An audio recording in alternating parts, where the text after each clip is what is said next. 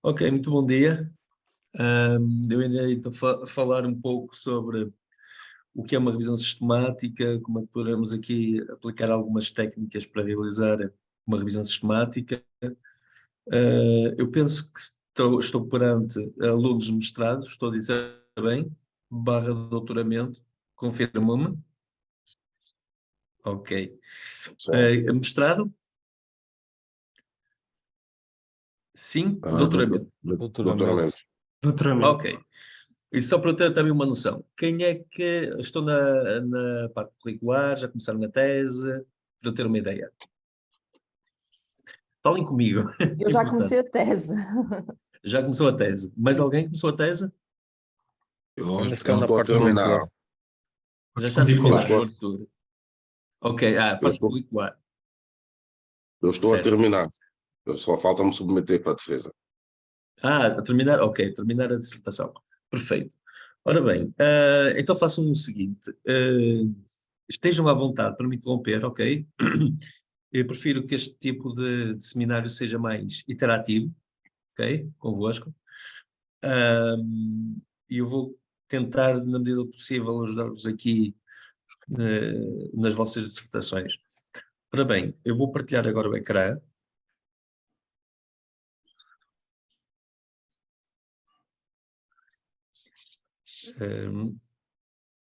Ok. Já conseguem ver, não já? Sim, hein? Sim, sim. Ora bem, só peço desculpa que eu vou me ligar aqui a um VPN, que é para depois podermos entrar em algumas bases de dados. Ok. Feito. Ora bem, revisão sistemática da literatura. Em primeiro lugar, há alguém que tenha começado a tese e esteja a fazer uma revisão sistemática da literatura já no início da tese? Sim, Sim. A Flor Bela já começou? já. Quer dizer, estou ainda a Está em iniciar. curso. Está em Está em curso. curso. Os restantes, digam-me só o seguinte, os restantes estão a pensar, ainda não pensaram? Sim. O meu está na fase de projeto e eu considero fazer o primeiro artigo com base numa combinação entre literatura, revisão sistemática e revisão descritiva. Perfeito. Eu Ok. estou na parte da filtragem dos artigos. Ok, importante. Importante.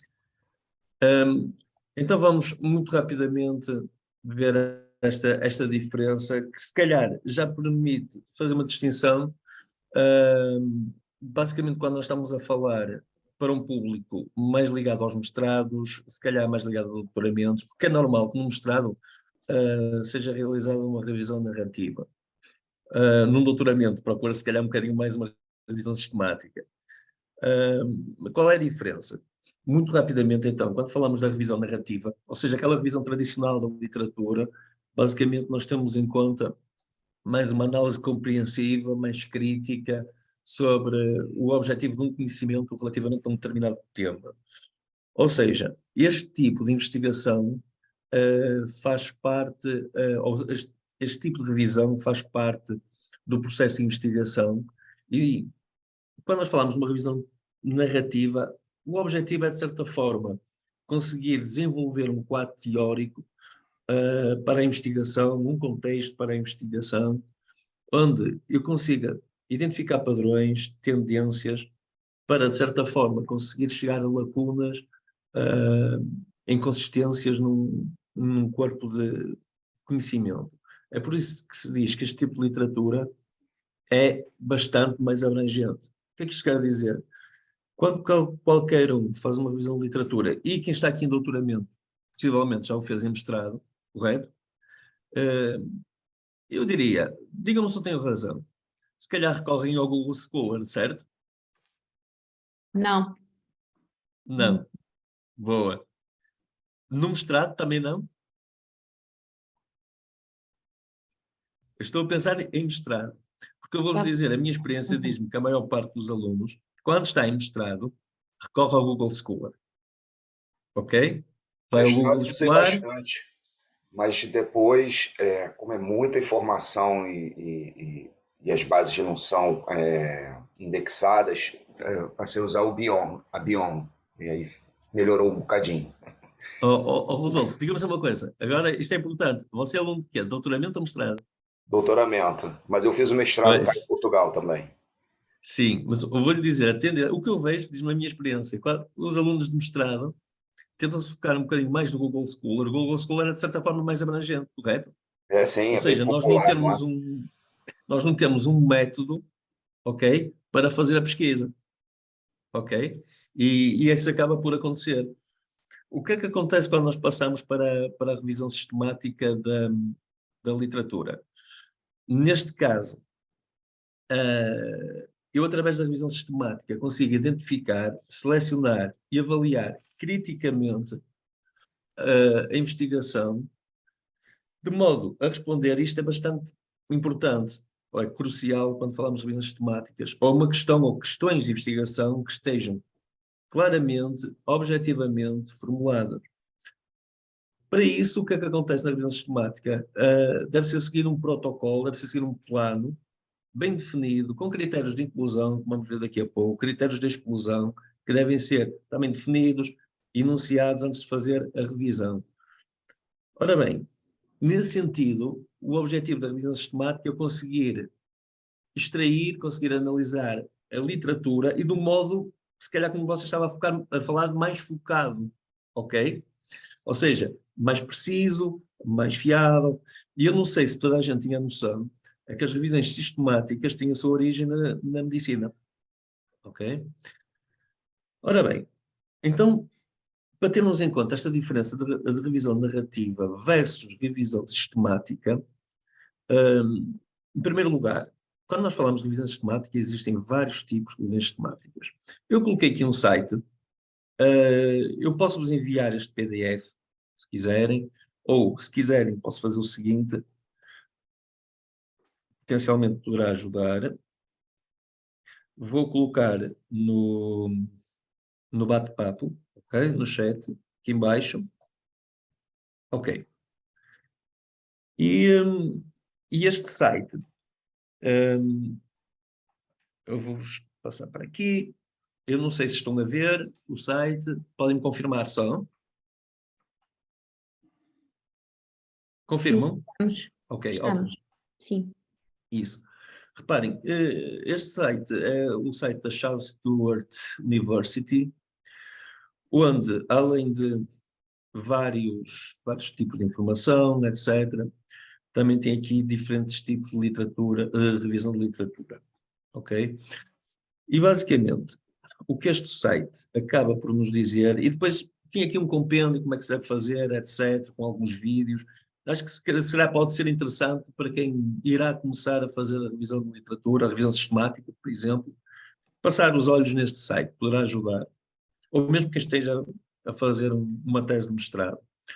Ora bem, neste caso, reparem uma coisa, se nós fizermos uma distinção entre a revisão tradicional da literatura, aquela revisão narrativa, ok, e a revisão sistemática, nós vemos o seguinte: a velocidade, obviamente, que depende da área de investigação, correto? E eu estou perante alunos de gestão, correto? Ou economia? Gestão ou economia? Aqui agronegócios e sustentabilidade. Mas muita Ok. gestão. É um cocktail. Certo, mas estamos aqui nestas áreas, ok? Não estamos nas áreas das medicinas, etc. E o que é que acontece? Depende, obviamente, que a velocidade com que se faz uma revisão narrativa, obviamente, vai sempre depender da área de investigação. Não é? Por outro lado, o que é que acontece? Quando nós falamos de uma revisão sistemática, a revisão sistemática tende a demorar mais tempo a ser realizada, apesar de ser mais focada. Por outro lado, em termos de detalhe metodológico, obviamente que a revisão sistemática vai obedecer a um método, ou seja, um método tem que ser explícito. Como é que vamos recolher a informação? Tudo tem que ser explícito, tem que ser explicitado, também como vamos ver num capítulo ligado à metodologia. Por outro lado, o risco de enviesamento na revisão narrativa é muito mais alto. exatamente devido a este desfoque. Ou seja, como numa revisão narrativa há uma tendência, vou dizer aqui, uma tendência para se generalizar, para se ir recolher um pouco de quase todo tipo de informação, o risco de enviesamento e de fugir a esse foco, ao foco do estudo que nós estamos a fazer, obviamente que aumenta. Por outro lado, a revisão sistemática é muito mais compreensiva do que uma revisão narrativa. Então, reparem uma coisa, nós podemos ver que existem aqui vários benefícios. Claro que depois temos aqui outros tipos de revisões, ok? Por exemplo, o Rapid Review, Critical Appraise Topic, mas focarmos apenas nestes dois, ok?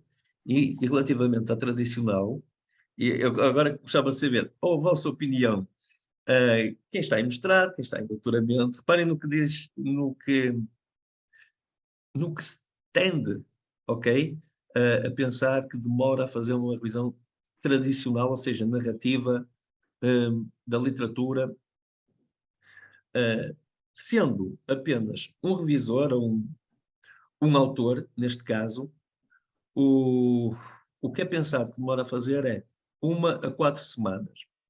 E agora eu pergunto, está aqui alguém em mestrado que demorou 1 a 4 semanas, e eu vou-vos dizer, em tempo integral, a fazer uma revisão narrativa? Podem falar comigo? Em mestrado. Vocês que já passaram pelo mestrado, 1 mês para a revisão de literatura? Complicado, não é? Muito mais. Pois, complicado. Ou seja, nós estamos aqui a ver algo que é necessário já alguma experiência, correto? Agora, reparem, para alguém que já está a fazer uma revisão sistemática, até poderia pensar, ok, a revisão sistemática, como tem outro grau de objetividade, como obedecer determinados procedimentos, vai demorar menos. Mas reparem uma coisa, quando eu vou para a revisão sistemática, reparem no seguinte, normalmente diz que demora 8 meses a 2 anos e necessita de 2 ou mais investigadores. Ok? Isto diz a literatura. Ok? E atenção, este site, o que nós estamos a ver está focado na literatura. Até parece ali Grant and Booth 2009. Ok? Estas tipologias vêm da literatura. Agora a questão seria a seguinte, vamos ver quem está a fazer um doutoramento.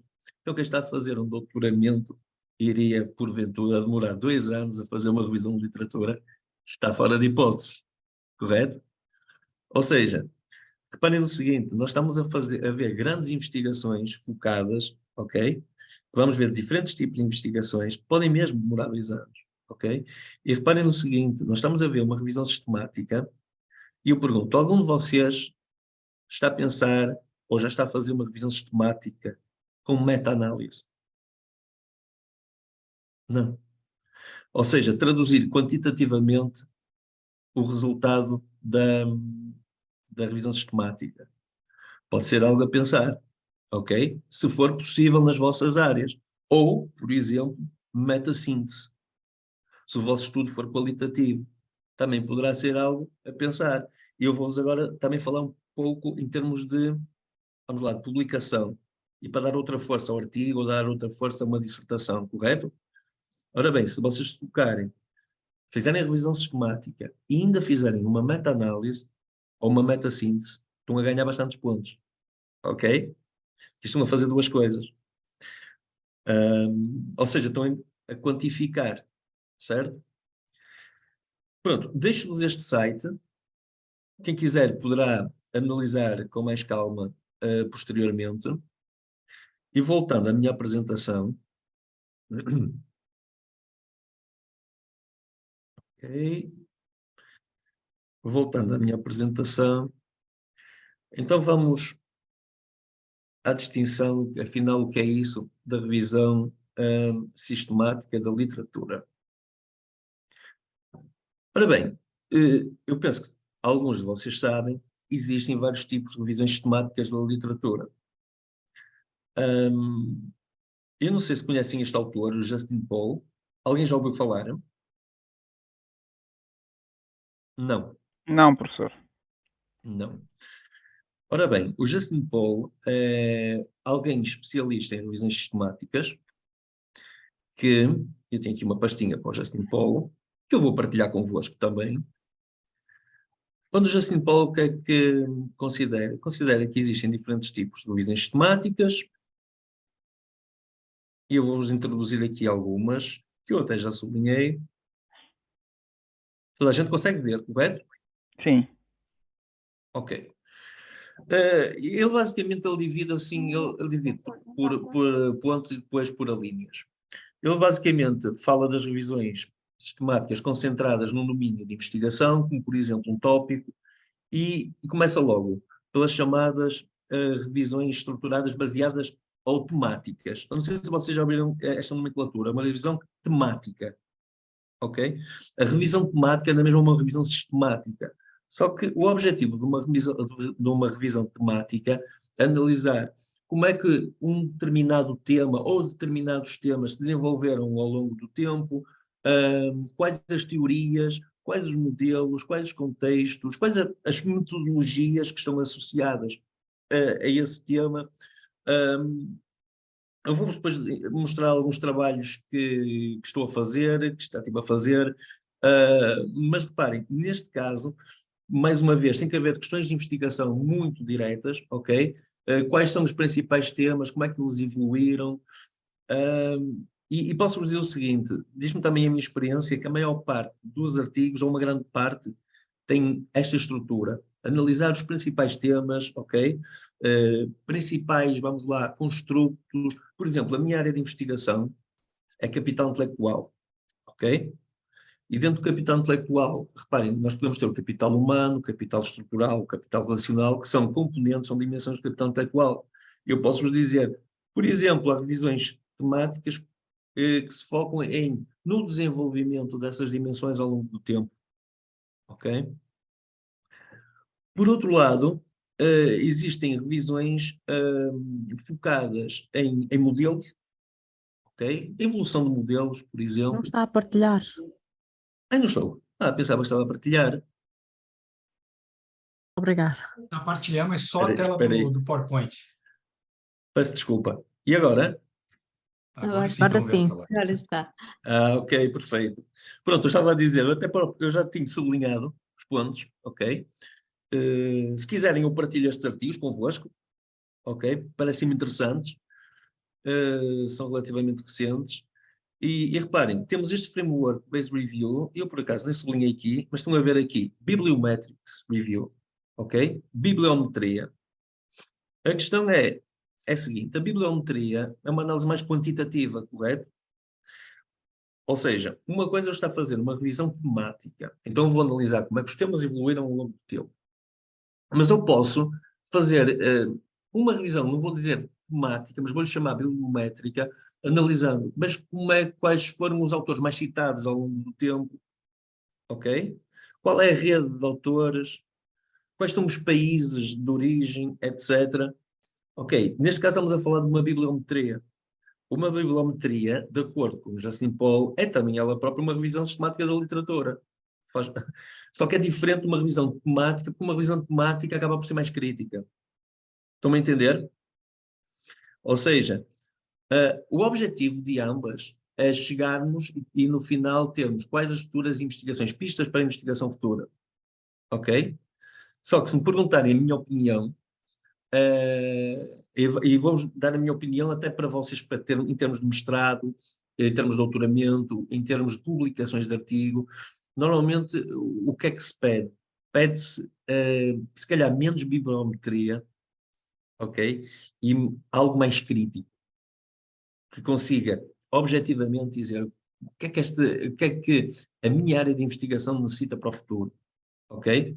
E eu acho que isso é mais fácil, na minha opinião, de ser dado quando fazemos uma revisão sistemática baseado em temas, por exemplo, do que bibliometria. Podemos ter uma lógica híbrida, ok? Que eu próprio faço com alunos, até alunos de mestrado, por exemplo. E depois temos diferentes, por exemplo, temos a chamada conceptual reviews, ok?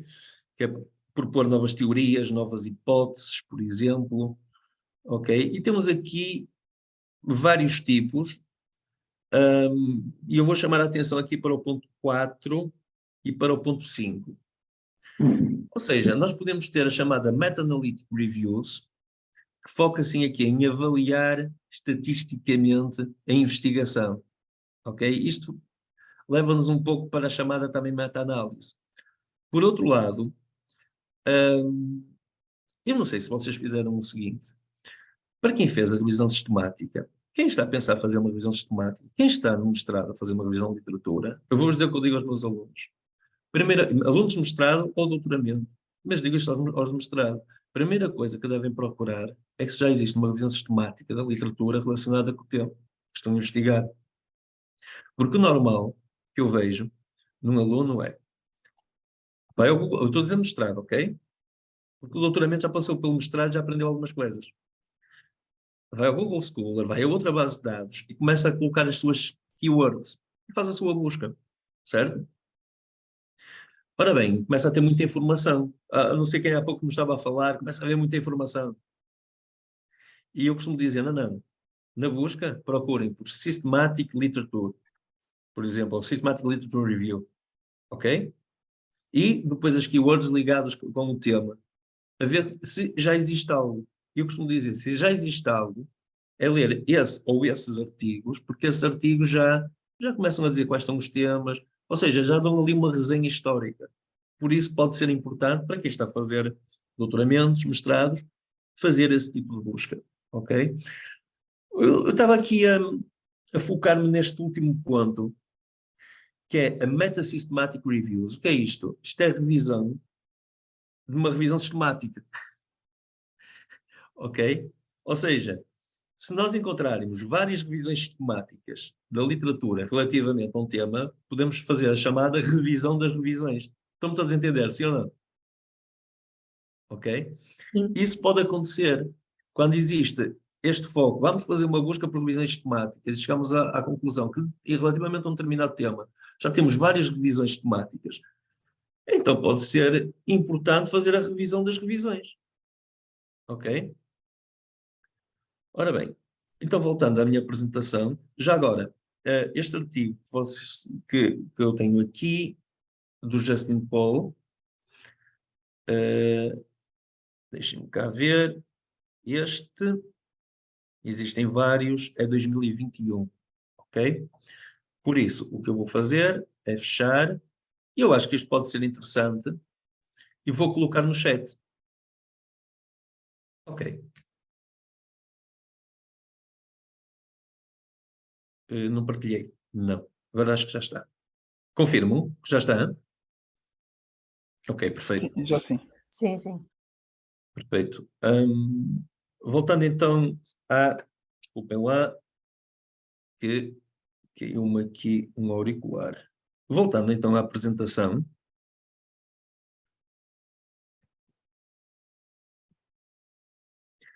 Então a revisão sistemática da literatura envolve um planeamento de uma estratégia de pesquisa que tem que estar muito bem delineada, ok? Tem que haver um foco bastante específico, bastante objetivo, e as questões de investigação, tal como eu estava a dizer, têm que ser perfeitamente definidas. Ou seja, nós quando estamos a distinguir uma revisão sistemática da literatura de uma revisão sistemática tradicional, ambas devem se basear em objetivos, devem atender a questões de investigação. Nós poderemos dizer que aqui a questão de investigação tem de ser muito mais focada, ok? Por outro lado, quando falamos de revisão sistemática, a revisão sistemática tem que seguir um plano que tem que estar previamente definido, onde os critérios de elegibilidade, por exemplo, dos artigos têm que ser perfeitamente indicados antes de realizar a revisão sistemática. Ou seja, de uma forma, tem que acontecer o seguinte, eu tenho que, no capítulo de metodologia, explicar perfeitamente como cheguei aos artigos, ou dizer de outra forma, como cheguei aos documentos que vou analisar. Reparem no seguinte, um objetivo da revisão sistemática, entre outros, mas um objetivo importante, é que qualquer investigador consiga replicar o vosso trabalho. Quando digo replicar o vosso trabalho, estou-me a referir apenas à parte do vosso trabalho, ou seja, consiga replicar a vossa recolha de informação, Estão-me a entender? Por isso, na metodologia tem que estar todos os pontinhos, ok? Reparem no seguinte, já aconteceu comigo e com o professor Rui Silva. Ele é vosso professor, não é? Reparem, aconteceu no seguinte, num júri em que nós estávamos, e ele era arguente de uma orientada minha, e o professor Rui Silva, sabe o que é que fez? Replicou exatamente a recolha dos dados e chegou a uma conclusão. Entre a entrega da dissertação e a defesa, só tinham saído mais 3 artigos. Mas houve uma coisa importante, é que ele conseguiu replicar. Ok?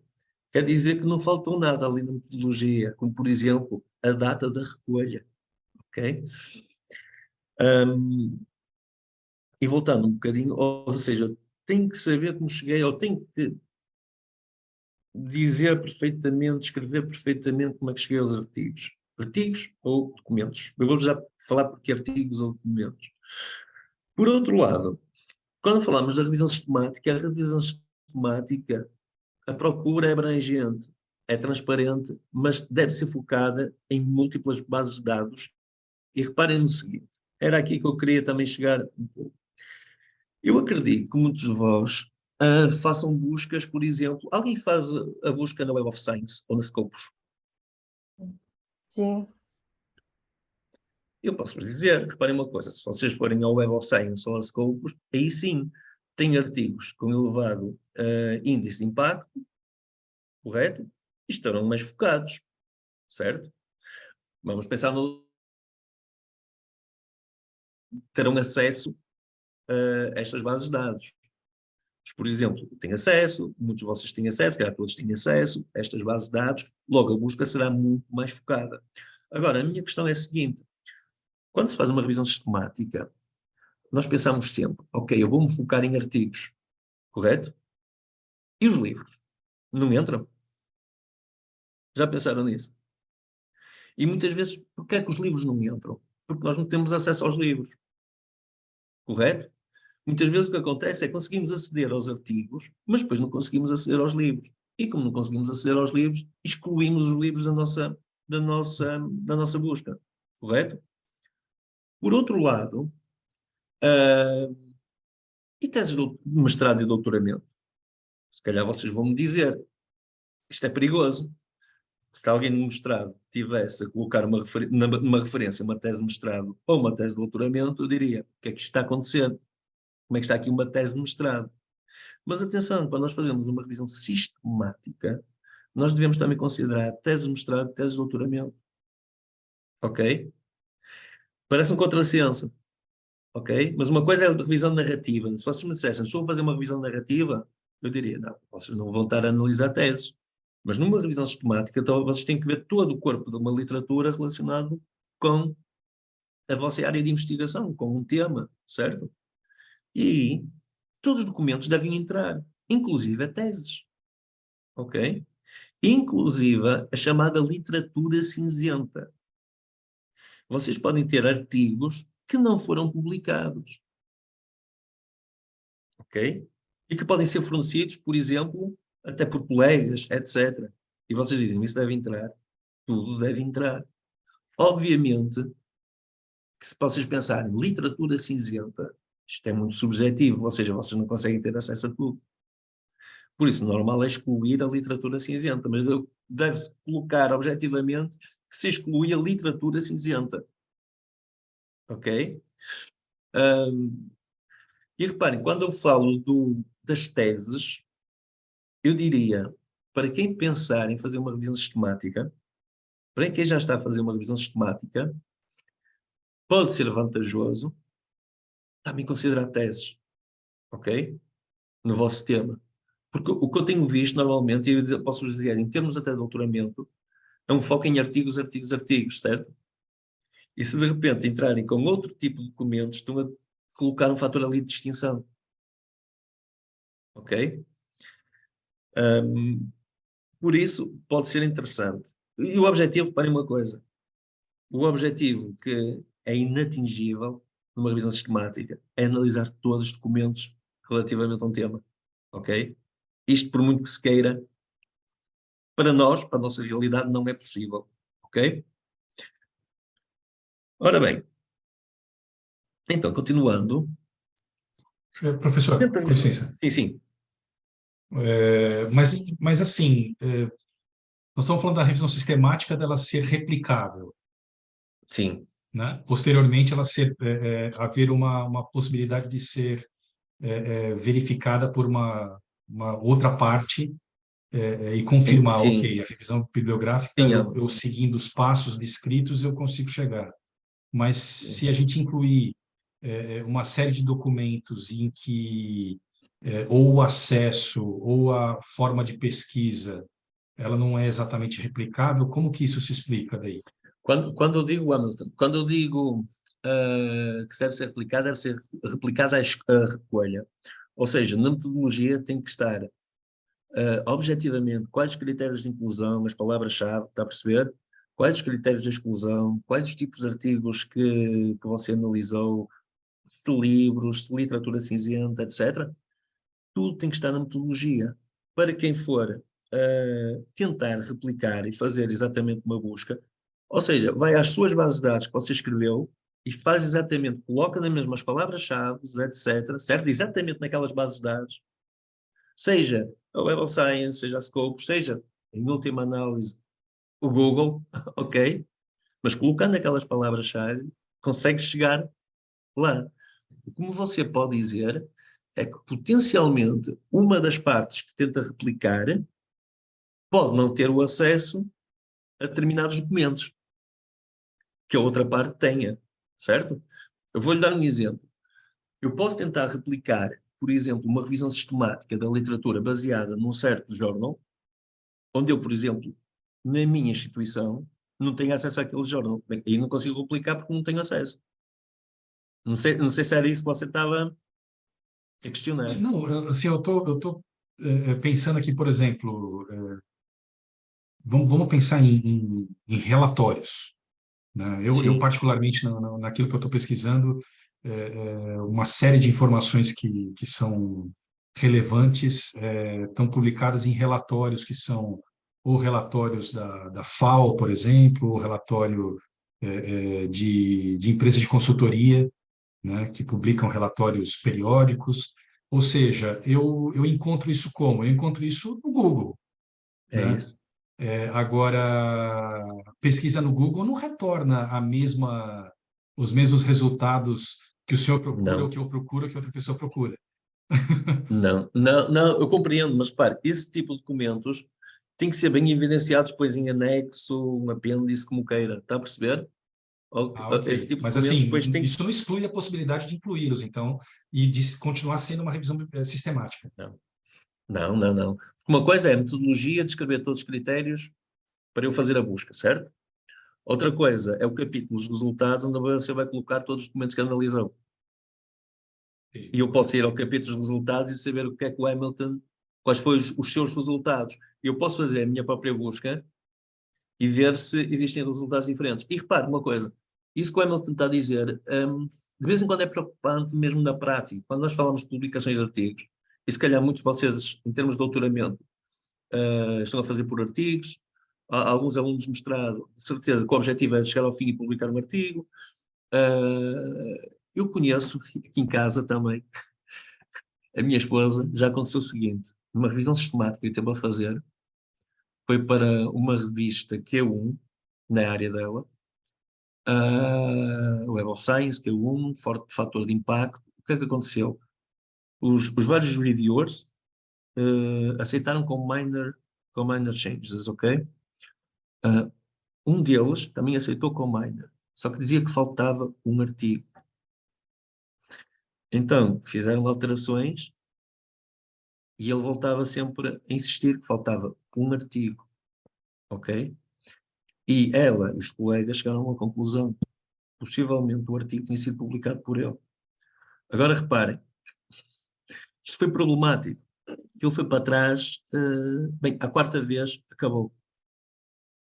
Ora bem, isto depois também é até que ponto é que do outro lado também estão a pensar em sistemáticas, estão a perceber? Há algum trabalho a ser feito em paralelo, porque reparem uma coisa, e eu revejo múltiplos artigos, Se eu tivesse a rever um artigo, uma revisão sistemática, e faltasse um artigo, e fosse o meu, por exemplo, eu dizia, falta este artigo. Ora bem, do outro lado nunca disseram qual foi o artigo. Conclusão, a questão era, do outro lado estavam a tentar replicar, eles tentaram, do outro lado sabiam, falta um artigo, ok? E apesar de ter três minors, ok? Pena dela, esse artigo nunca foi publicado. Estão a perceber? Porque do outro lado, do lado dos reviewers, eles nunca disseram qual o artigo que faltava para a revisão sistemática, por isso estão a ver, de vez em quando pode ser complicado, ok? Tiveram que enviar para outro jornal. Ora bem, voltando então à minha apresentação. Professor, Então, repare, sim, desculpe Cássio, interrompê-lo, né? força. Mas antes de passar para o seu próximo tema, nenhum das suas argumentos aí diz que, no limite, essa revisão sistemática ela é impossível de ser feita, não é? Porque é Não possível é se revisão ter toda a sistemática. literatura, se rever, se achar tudo e tal. Então, no limite, é impossível. No limite. Bom, a minha pergunta é, como saber como é que chegamos a uma revisão aceitável? Repara uma coisa, tudo vai depender dos teus critérios de inclusão e dos critérios de exclusão, ou seja, uma revisão sistemática é aceitável se você se focar apenas em artigos, ok? E se você pegar na maior parte das revisões sistemáticas da literatura, 99% das revisões sistemáticas da literatura foca-se em artigos, ok? Por isso, já faz parte da academia, ok? Conceber-se que uma revisão sistemática pode ser feita só com recurso a artigos, ok? Quando estou a dizer revisão sistemática, estou a incluir aquelas diversas tipologias, ok? Temática, bibliometria. Agora, você se pegar e começar a analisar revisões sistemáticas, são raras as que recorrem a livros, por exemplo, ok? Quanto mais, parem, literatura cinzenta.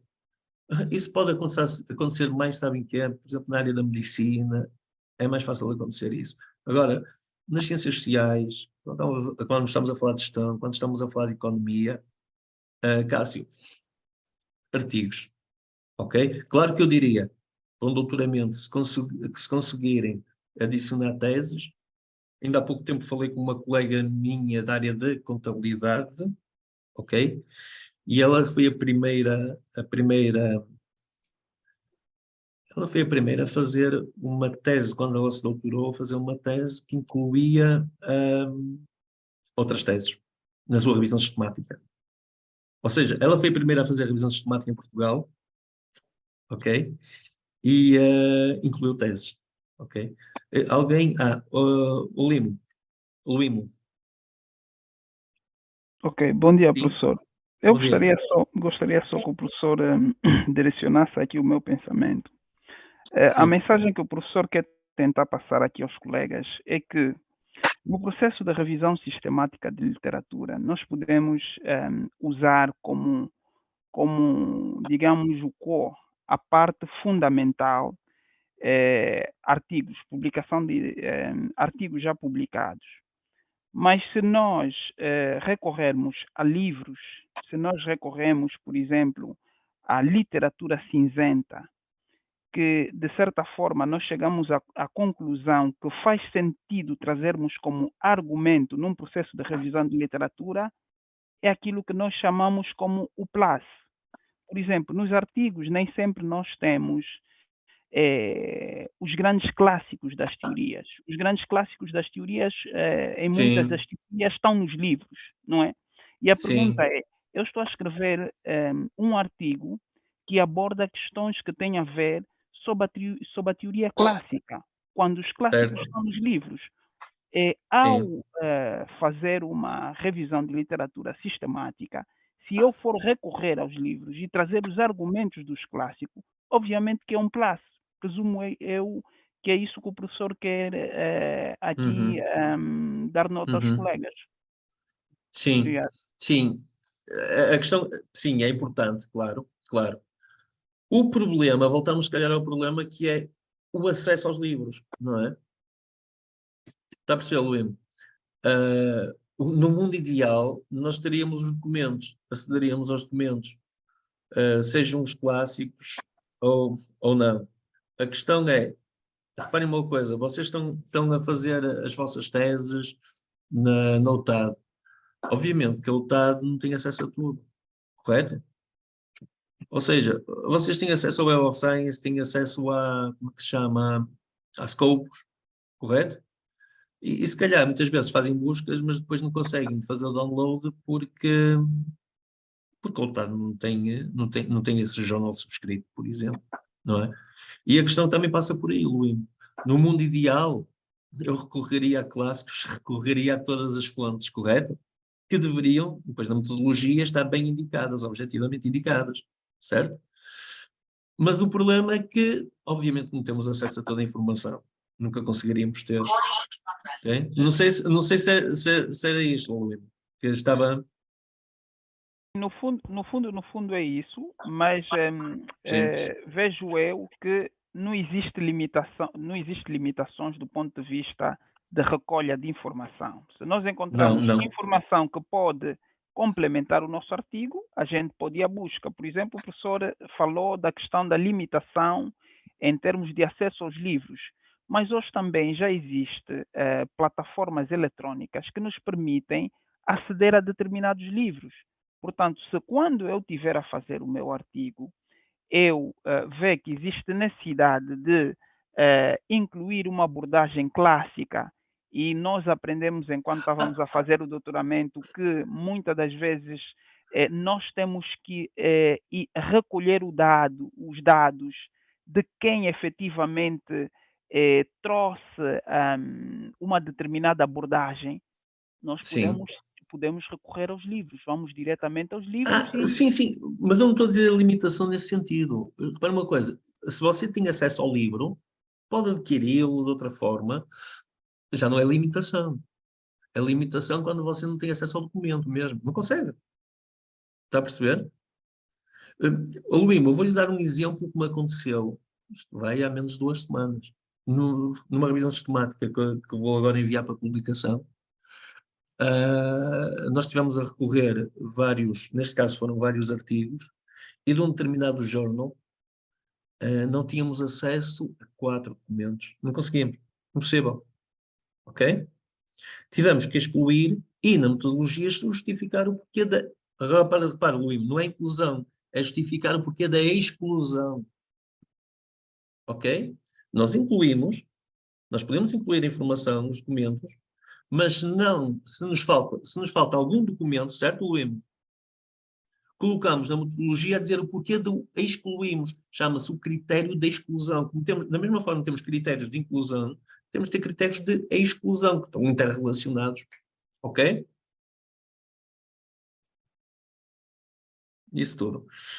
Ora bem, e deixem-me cá voltar um pouco. Desculpem lá, deixem-me só olhar ao chat que alguém não conseguiu baixar o PDF do artigo. Os artigos ainda não estão lá. Aqueles que eu coloquei. Já estão sim, professor. Já estão? Ok. É uma questão de carregarmos no PDF. Ok, perfeito. Ora bem, então, continuando. Quando nós falamos então da revisão sistemática, a revisão sistemática da literatura o que é que faz? Identifica o tipo de informação procurada, criticada, relatada dentro de prazos conhecidos. Então, importa destacar o quê? Quais são os termos de pesquisa, as estratégias de pesquisa, ou seja, incluir os nomes das bases de dados, das plataformas, as datas da pesquisa. Atenção, isto acontece muitas vezes, sabem o quê? Em artigos científicos, em grandes revistas, muitas vezes aparece tudo menos a data da recolha. Ok? É importante, é crucial a data da recolha. Lá está, voltando um bocadinho atrás, naquela lógica de uma replicação, é preciso saber a data da recolha para eu poder também filtrar. Ok?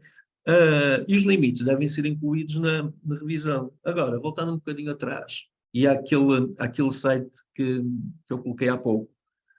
Uma revisão sistemática da literatura, obviamente, demora tempo, ok? Quando nós falamos de doutoramento, eu diria, um aluno de doutoramento já tem que preparar, tem que dedicar o seu tempo, certo? E já sabe que vai demorar tempo, ok? Por isso, muitos alunos o que é que fazem? O primeiro artigo é uma revisão sistemática da literatura. Eu não sei se alguém está a fazer assim, está a fazer por artigos, ou se está a pensar fazer, mas agora, atenção, estou a dizer nos últimos anos, antes não era assim, ok? Nos últimos anos está a haver uma tendência. Essa tendência é, qual é o primeiro artigo? Como os alunos têm que fazer uma revisão da literatura, fazem lá uma revisão sistemática da literatura, ok? Deve envolver vários investigadores. Isto é quando estamos a falar de artigos, como por exemplo eu estou a publicar, somos vários. Porquê? Para reduzir o risco de enviesamento, certo? Porque uma coisa sou eu analisar um artigo, outra coisa somos dois a analisar o artigo e podemos cruzar e efetuar críticas, certo? Reparem, quem está fazendo doutoramento, quem está a fazer um mestrado, atenção, quem está aqui em mestrado também pode fazer uma revisão sistemática da literatura como tese. Ok? Eu tenho orientado várias teses que são revisões sistemáticas de literatura, com sucesso, depois não chegamos ao fim e publicamos. Ok? Por isso, o que eu estou a falar não se dedica apenas a doutoramentos, também a mestrados, ok? Mas há aqui um problema que deve ser tido em conta, mas reparem, faz parte do processo de doutoramento ou de um processo de mestrado, como queiram, que é, quando estamos a falar de doutoramento, estamos a falar de um investigador. Certo? Estamos a falar de um investigador, e se vocês estão, por exemplo, a fazer uma análise temática, uma revisão temática, vocês podem olhar vocês estão a olhar com os vossos olhos. Vocês estão a analisar com os vossos olhos. Certo? Ou seja, há sempre o risco de enviesamento. Certo? O que pode acontecer quando vocês vão a publicar, que apareça algum revisor que coloque quantos autores recolheram, quantos autores analisaram, ok? Isso já não é normal, certo? Mas eu vou-vos dizer, para sermos bem mais precisos, no capítulo de metodologia também deveríamos responder a estes pontos. Quantos autores recolheram, em que bases de dados, ok? Quantos autores analisaram os abstracts? Quantos autores analisaram os conteúdos dos textos? Certo? Todos os procedimentos devem ser descritos. Daí, dizemos que uma revisão sistemática deve obedecer a um plano. Eu acho que concordam comigo quando eu digo, ok, num doutoramento fazemos isto e até publicamos com sucesso, ok?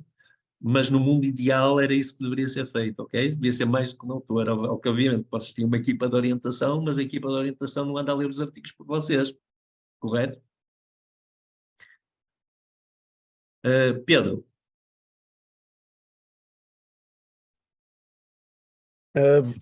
Bom dia, eu não queria interromper, mas bom dia, força. A propósito da questão da participação de mais colaboradores no processo de revisão, ocorreu-me aqui uma dúvida e tem a ver com o método que é seguido. Se seguirmos o protocolo Prisma, parece-me que é bastante claro, quase que a exigência e a obrigação de haver pelo menos outro revisor ou pelo menos outro colaborador. É isso. Que eu, por acaso, até trago o Prisma aqui para falar um bocadinho. Era essa questão que eu ia levantar e aproveitava já para lançar outra. Eu parece-me até agora, para mim ainda não está muito claro se estamos a falar de revisão sistemática de literatura ou de scoping review. Sim, porque... E era isso que deixava aqui. Revisão sistemática, eu estou a perceber, é que o scoping review está ali no limiar. Tem ali outras particularidades. A lógica, para uma coisa, Pedro, a lógica de uma revisão sistemática, ok? A questão que se coloca é, vou-lhe chamar de outra forma, a revisão sistemática da literatura na prática. Não sei se estou a compreender. Ou seja, como é que atualmente é feita uma revisão sistemática? E você está a tocar num ponto fulcral, que é, muitas vezes estamos a falar do seguinte, e por isso estamos aqui no limiar de uma revisão sistemática, num scoping review. O que é que acontece na prática? Na prática que nós estamos a falar de revisões sistemáticas da literatura, não é? mas que se calhar não estão a obedecer todos os requisitos que deviam obedecer. A questão passa por aí. E o Pedro há pouco tocou num aspecto crucial. Por exemplo, o Prisma, os guidelines do Prisma, certo? Os guidelines do Prisma, eu diria, raras são as revisões sistemáticas da literatura que tocam todos os aspectos, ou todos os guidelines do Prisma. Ok? Nós podíamos estar a falar então de uma revisão sistemática que até no final era feita a meta-análise ou uma meta-síntese. Não é? E no Prisma aparece lá, no final. A questão é, isto é a revisão sistemática da literatura no seu pleno. Vou dizer em termos teóricos, entre aspas. Ok? Mas quando vamos a ver uma revisão sistemática da literatura em termos práticos, o que é que acontece na prática? O que acontece na prática é que de repente estamos a ver artigos que estão publicados, certo? E que seguem os guidelines do Prisma. Mas não seguem todos. Está a perceber? Por isso você me está a dizer até que ponto... Pois, mas aí a metodologia, quando escrevemos o artigo, a metodologia tem que ser clara, não é? Tem que ser clara. Na descrição de todos os procedimentos, todas as etapas. E não é de Claro. propósito, não é que o Prisma, quando se trata das revisões temáticas ou das scoping reviews, aliviam um pouco, não é? Saltam ali algumas etapas, não é? Passa de 27 Sim. para 20 e poucas menos, não tenho agora Sim. ao certo. Não, esta questão levantou-se porque eu assumo que, apesar de estar eu sou docente da UTAD e comecei a acompanhar alguns trabalhos de revisão sistemática de literatura e estou a orientar 2 alunos. Uma aluna está até aqui, acho, está aqui presente, que estão a fazer scoping reviews e é precisamente este meu interesse porque eu ainda estou a aprender no processo. Claro. Uma das orientações que eu tenho é partilhada com uma colega psicóloga. E ela é que levantou muitas questões acerca de que se o que estaríamos a fazer efetivamente era a revisão sistemática de literatura, que ela dizia, se quisermos, trabalhando com o Prisma, diz ela o que vocês fazem, o que vocês querem fazer, podem chamar o que quiserem, mas não é revisão sistemática de literatura, e jamais conseguirão publicar em determinado tipo de revistas chamando-lhe revisão sistemática de literatura. E tem a ver com das questões de investigação e a relação da investigação com a aplicabilidade, não é? E com as práticas baseadas na evidência, a sua aproximação à medicina, à enfermagem, à psicologia. Portanto, eu percebo um bocadinho aí esses diferenciais. Eu, na realidade, parece-me que continuamos a falar de revisões temáticas e não sistemáticas. Agora, encaixamos aqui genericamente num formato e numa designação de revisão sistemática mas não funcionará em todas as publicações. Não, isto que o Pedro está a dizer, isto leva-nos para outra coisa que é, vamos lá, a revisão sistemática foi criada na área da medicina, não é? E agora você disse muito bem, falou com uma colega psicóloga, ok? E eu aqui há uns anos tive uma vez uma formação avançada com um colega nosso, foi na faculdade, olha, nem proposta, na Faculdade de Psicologia da Universidade do Porto, ok? Professor Pedro Teixeira. E ele é especialista em quê? Em métodos quantitativos, ok? Em métodos quantitativos. E ele estava a dar também informação sobre revisão sistemática. E obviamente que os exemplos dele eram total. Reparem uma coisa, para uma audiência de gestão, os exemplos que ele dava eram totalmente focados em que área? Medicina. Ok? Por isso, reparem uma coisa, quando eu estava a falar há pouco, e o Pedro de certeza que também sabe, de fazer a meta-análise para fazermos uma meta-análise num artigo, seja de gestão, contabilidade, economia, é complicadíssimo. Em medicina é direito, não é? Eles têm 2 tipos de população, comparam os 2 tipos de população e está feito. Ou seja, e eu concordo com o Pedro neste sentido. A revisão sistemática, como nasceu na área da medicina, etc., ainda continua a estar voltada para aquelas áreas. O que, de certa forma, na minha opinião, que se está a fazer é transplantar, adaptar uma revisão sistemática que tem aquelas origens, certo? E que todo o modelo, toda aquela sua concepção foi criada numa lógica da medicina, ok? Por isso, alguém que vem de psicologia, eu compreendo, choca. não é? E de repente estamos a adaptar a outras áreas, a área da gestão, a área da economia, a área da contabilidade. Por isso, sim, eu tendo a concordar com o Pedro quando nós dizemos, ok, nós estamos a chamar revisão sistemática da literatura, mas muitas vezes eu próprio estou a pegar no modelo do Prisma, nas suas guidelines, mas não consigo utilizar as guidelines no seu pleno, não é? Isso concordo perfeitamente. Por isso, quando você diz... Desculpa interromper, é isso que nos temos apercebido neste processo de orientação e de trabalho, que o próprio Prisma tem que ser visto com alguma flexibilidade, com alguns dos seus passos nesta adaptação, porque de facto nós estamos a transpor aqui modelos de produção científica que vêm das ciências experimentais para ciências que, quer dizer, nós não é, das ciências económicas e empresariais até à sociologia, antropologia, passando por tantas outras, Claro. economia, etc., nós não trabalhamos em laboratório e com tubos de ensaio, e as nossas populações não são ratinhos, portanto... É isso. Eu próprio, quando estava há pouco a falar da parte dos livros, os livros ainda é possível. Por exemplo, literatura cinzenta. A literatura cinzenta é algo que é mais tradicional nessas áreas. Do que falamos em literatura cinzenta quando vamos para as áreas da gestão, para as áreas de economia, por exemplo. Ok? Sim, mas concordo que aqui estamos num limiar quando aplicamos, e tem que ser sempre adaptado. E não tínhamos dúvidas. E quando o Pedro muito bem falou das guidelines do Prisma, ok? Tem que haver aqui uma adaptação, sem dúvida, ok? Essa adaptação, e vamos ver daqui a pouco, acaba por se tornar visível do modo como nós colocamos o modelo do Prisma, a figura do Prisma, certo? Há uma coisa que tem que haver, os critérios de inclusão, os critérios de exclusão, ou seja, o que está aqui em causa é basicamente, estamos aqui num método que é mais objetivo, mais focado, diferente, certo? Obviamente que para um aluno de doutoramento, sim, eu diria que tem que haver uma adaptação. No mestrado é diferente, mas no doutoramento há aqui, como eu estava a falar há pouco, aquela lógica de enviesamento vai estar sempre presente, não há como fugir, ok? Não sei se Pedro,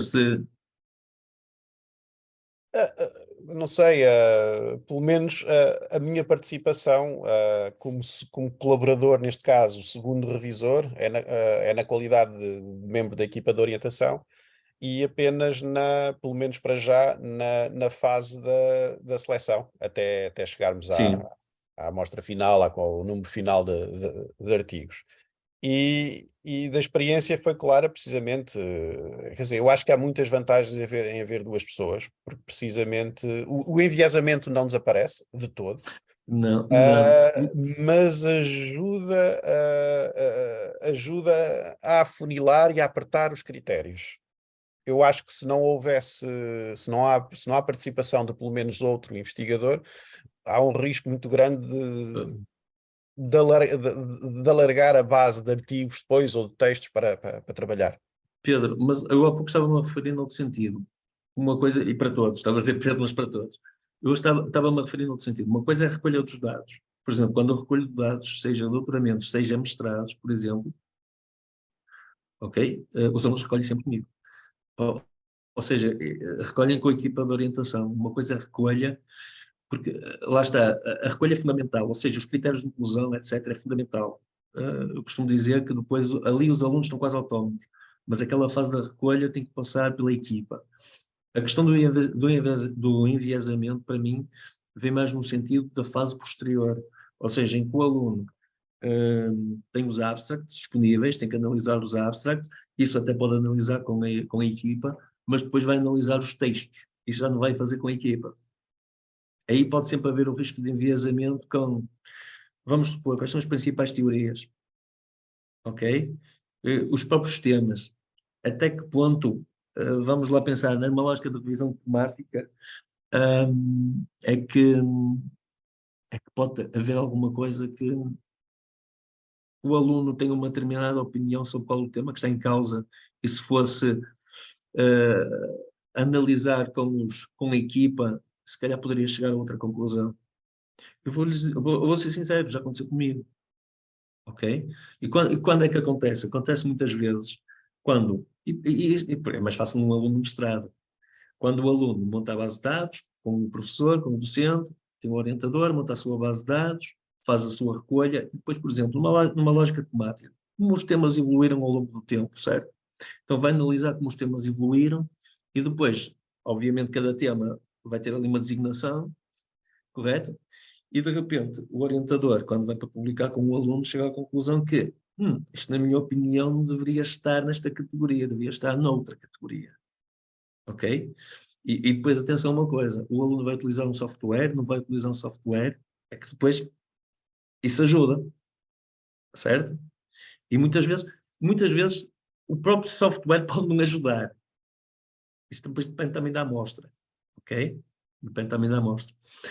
Ora bem, eu iria então continuar, deixa-me só olhar aqui, e eu mais uma vez estou aqui com algumas dificuldades ao nível do... Desculpem.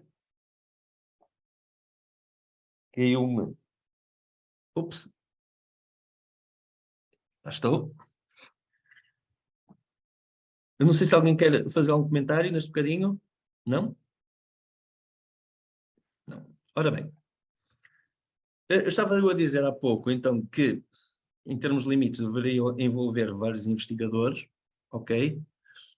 Passos. Primeiro, determinar se já foi publicada uma revisão sistemática sobre o tema. Isto deve ser a primeira coisa.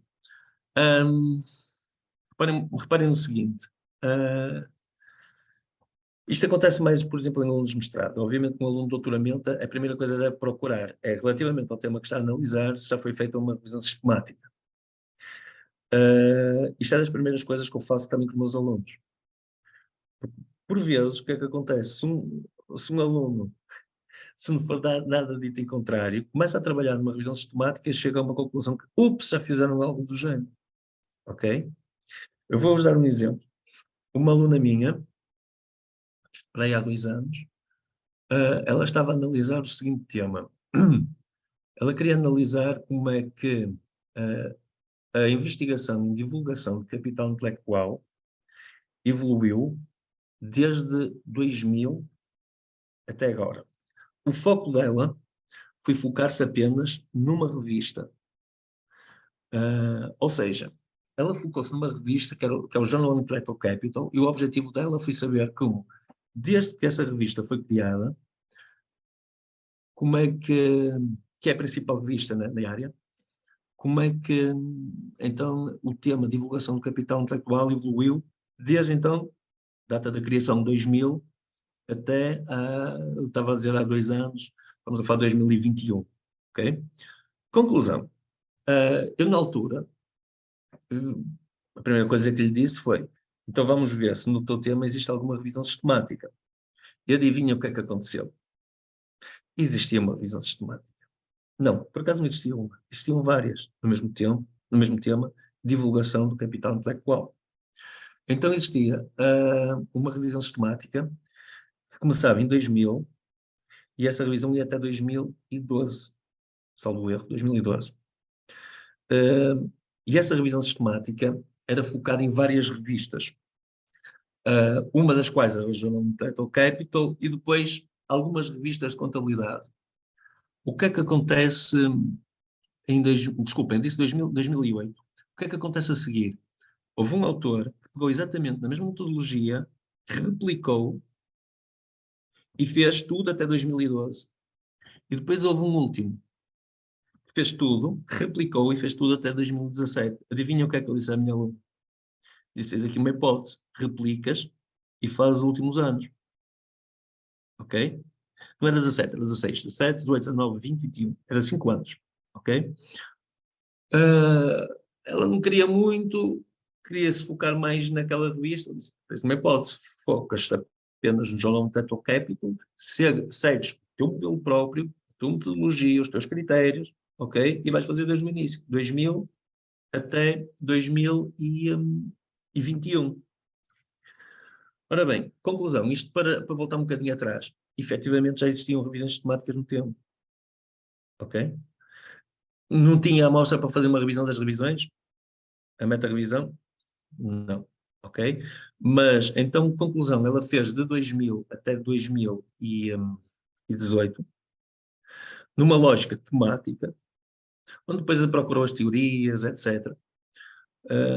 E chegamos a uma conclusão, é que o número de artigos, devido aos critérios de inclusão e exclusão, não eram os mesmos dos outros artigos que já estavam, das outras revisões temáticas que já estavam publicadas, ok?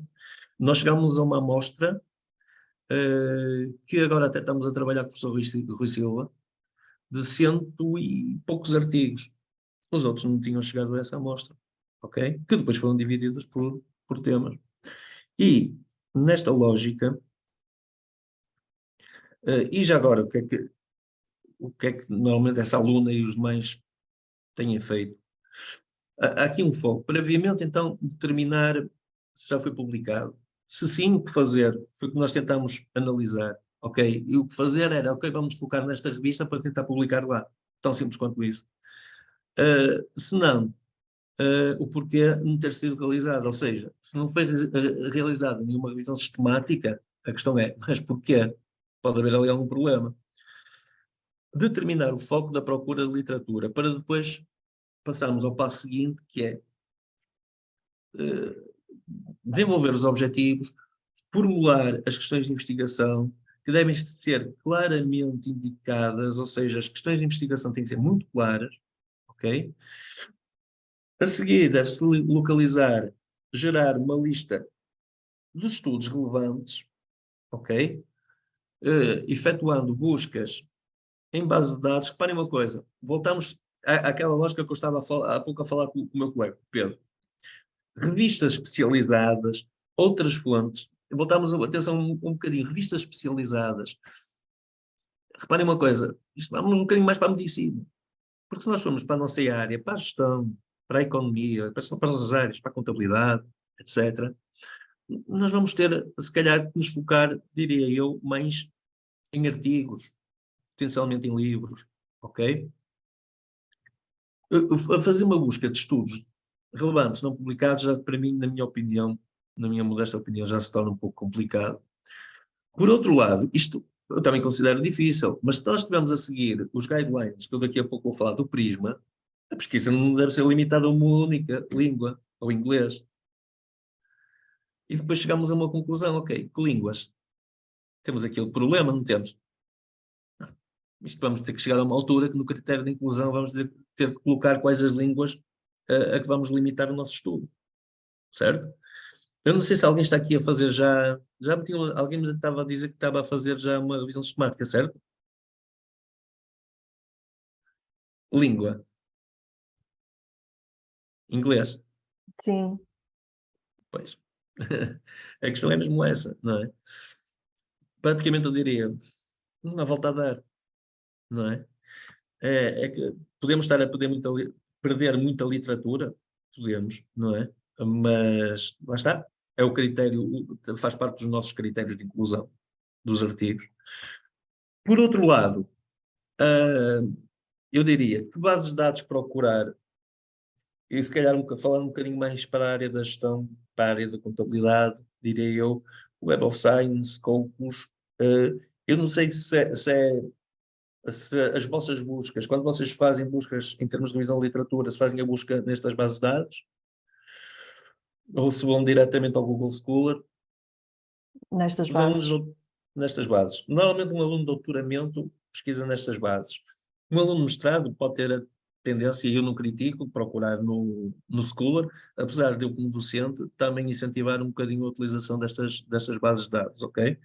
Porque reparem uma coisa, nestas bases de dados nós estamos a ter temos lá os artigos com algum fator de impacto, correto? Com alto fator de impacto. Eu diria, utilizar o Google Scholar, o que é que acontece? Acho que todos sabem, podemos fazer o download de artigos, mas só alguém que já tem alguma experiência que sabe qual é o journal que está em causa e qual é o fator de impacto desse journal, não é? Por isso eu diria, mesmo para alunos de mestrado, seria importante focar-se em bases de dados onde tivéssemos os journals, eu diria de topo, ok? Ora bem, continuando, Deixa-me só aqui colocar ao lado.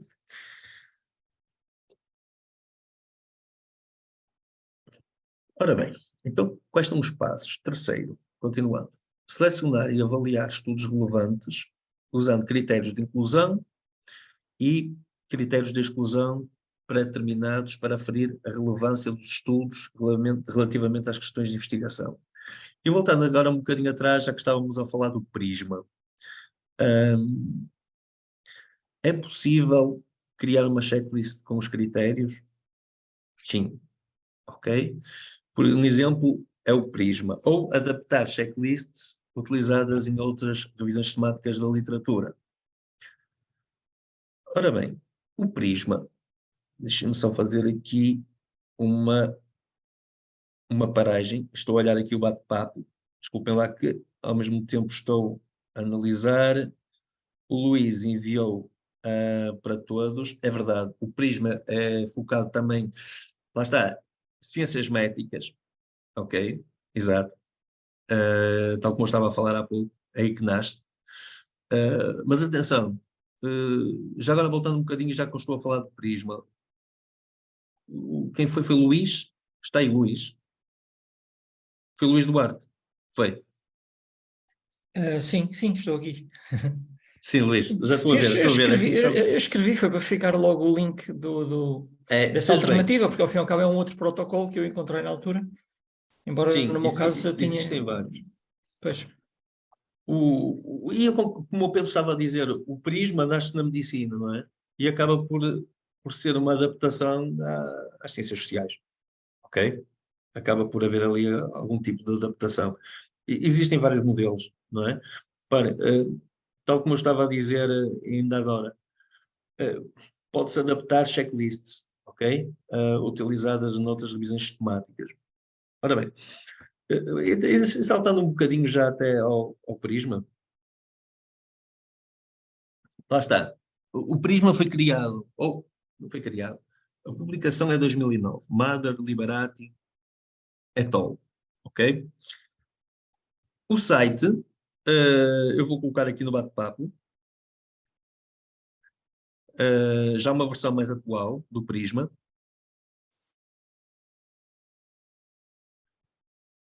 Deixem-me copiar e vou colocar no bate-papo. Ok. Prisma. Vão poder entrar e no site do Prisma vocês vão ter vários conteúdos, vão ter as chamadas checklists, e eu vou colocar aqui a checklist em português, ok? Conseguem ver? Sim? Sim. Sim, perfeito. Ora bem, e antes da checklist, o diagrama, cá está. Ora bem, se nós seguirmos a lógica do prisma, e nós estamos a ver o 2020, o mais recente, o anterior era 2009, temos aqui uma divisão em 3 fases. Reparem mais uma vez que pode ser adaptado identificação dos estudos, a triagem e depois o que é que incluímos na nossa amostra. Ora bem, este fluxograma basicamente é o que estou a demonstrar é um fluxograma para revisões sistemáticas que se iniciaram, que foram criadas, ou seja, não é para revisões sistemáticas de outras revisões ou para dar continuidade, é para revisões sistemáticas que se estão a iniciar, que eu penso ser o caso da maior parte. Primeira lógica, identificar estudos como estudos através de bases de dados, Scopus, Web of Science, e cá está, registros identificados através de bases de dados, através de registros. O normal é colocarmos, diria eu, é o que eu tenho visto em vários artigos, as bases de dados e qual é a amostra, ok? Pode haver estudos incluídos numa versão prévia da revisão. O que é que pode acontecer? Reparem o seguinte, posso ter os registros identificados através da Web of Science e da Scopus, ok? Chegamos a uma determinada amostra e depois podemos ter registros removidos antes da fase da triagem. Por exemplo, duplicados, é normal de acontecer. Por exemplo, se eu estou a analisar o Web of Science e a Scopus, eu posso ter artigos duplicados, por exemplo, tenho que removê-los. Quando eu passo para a fase da triagem, ok? Eu vou ter que analisar os títulos, os abstracts, e posso vir a excluir artigos, por exemplo, artigos que não estejam relacionados com o tema. E depois o que é que fica incluído? Vai ficar a nossa amostra final, e que vai ter em conta, poderá ter em conta, diria eu, para ser mais específico, poderá ter em conta a checklist publicada tanto no site como pelos autores em 2020. Reparem uma coisa, o título identifica a publicação como uma revisão sistemática, certo? Temos o resumo, introdução, fundamentação e objetivos, mas quando nós chegamos aos métodos, vocês vão reparar que temos aqui critérios de elegibilidade. Ok. Quais são os critérios de inclusão, as palavras-chave, ou os critérios de exclusão? As fontes de informação é algo, ou a estratégia de pesquisa é algo que se consegue facilmente fazer, ok? Mas de repente temos aqui medidas de efeito específica para cada resultado, as medidas de efeito, por exemplo, o risco relativo e diferença de média, utilizada na síntese ou apresentação dos resultados. Eu diria, medidas de efeito, métodos de síntese, ou seja, estamos a entrar aqui numa lógica mais quantitativa que, pelos artigos, pelas revisões sistemáticas que eu tenho analisado, grande parte das revisões não se foca neste âmbito. Por isso, sim, o prisma pode ser utilizado, mas, diria eu, de uma forma adaptada, ok? Mas voltando um pouco atrás, o prisma é amplamente utilizado. Atenção, apesar de ter as suas origens na medicina, é amplamente utilizado nas ciências sociais. E voltando um pouco também atrás, ainda como elaborar a responsabilidade? Ok, eu posso selecionar estudos relevantes utilizando critérios já definidos, ok? Depois a questão passa pelo seguinte: como é que eu vou selecionar e avaliar? Procurar no título, procurar no resumo, o abstract, aquilo que eu estava a falar há pouco com o meu colega Pedro. Isto deve ser feito em equipa, esta fase, sem dúvida. E para os estudos não excluídos, para a nossa amostra final, o que é que deverá ser feito? Ler todo o texto, ler todos os artigos, ok? Se depois de eu ler não consigo determinar qual a pergunta em que o estudo se foca, eu diria, procurem outro trabalho. O ponto 4 acaba por ser analisar a análise e a síntese dos estudos relevantes. Eu irei me focar na análise. O que é que poderá ser feito? Eu normalmente o que faço é, com os alunos, construir uma folha de cálculo, ok? Com diferentes tópicos. Eu vou usar um exemplo e vou pegar já aqui, por exemplo, na tese que eu estava a falar do capital intelectual, onde a aluna fez o seguinte. Conseguem ver? Sim. Ok. Mais Para pequenino. cada artigo, sim, o objetivo é só verem o que eu tenho nas colunas, ok? Para cada artigo, o que é que ela colocou? O autor, o ano, citado por... isto é automático, ok? O país, o título, volume, número, TOI. Não é, aqui, atenção, estamos a ver um Excel que nem tudo é necessário. Tipo de artigo, pode ser, por exemplo, uma revisão, o fator de impacto, e ela foi preenchendo o que achava necessário, as keywords, o abstract, os objetivos do artigo, as metodologias, questões de investigação, hipóteses, se existirem, aplicações, contexto de aplicação, teorias, limitações, investigações futuras. Ora, muito bem. E reparem uma coisa, e ela ainda tinha mais, por exemplo, resultados, contributos, mas aqui houve um foco. porque ela estava-se a focar nos temas, nas teorias e nas metodologias, ok? Utilizadas. Estão a ver aqui um exemplo de uma folha de cálculo que eu diria para qualquer aluno, isto foca, isto permite focar, ok? Criar uma folha de cálculo deste género. E quanto mais uma revisão sistemática, sim. E se, por exemplo, para este caso, atenção, eu já publiquei um artigo ou um capítulo de um livro, por exemplo, que a amostra final eram 24 artigos. Ok? Pronto, é o que é a realidade. Não vou esconder, não é? E da mesma forma, eu de repente estou aqui a ver uma aluna que, em quantos é que eu já vou? Estão a ver? 100 e, mais a primeira linha, 109. Ok? São 109 artigos. É o que é. É tão válido ter 109 artigos da amostra final como ter 24 artigos da amostra final. Ok? O trabalho está honesto. Não há mais nada a dizer. Ok? Sim, Pedro. Uma questão. Só costuma trabalhar com Excel como, vamos lá ver, como instrumento para compilar e depois conduzir a análise? Não. O que é que eu diria?